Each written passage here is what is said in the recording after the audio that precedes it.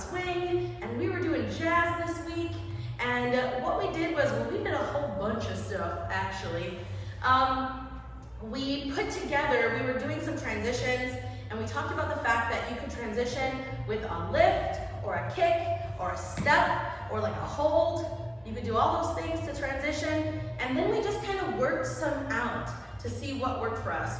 And we ended up kind of looping some stuff together, which I will do for you now, if I can remember it, because I didn't remember it in class. So here I go. These are moves that start on 8 and 1, a 5, a 6, a 5, 6, 7, 8, a 1, 2, 3, 5, 6, 7, a 1, a 3, a 5, a 7, a 1, 3, 5, 7, 8, 1, 3, 5, 7, 8,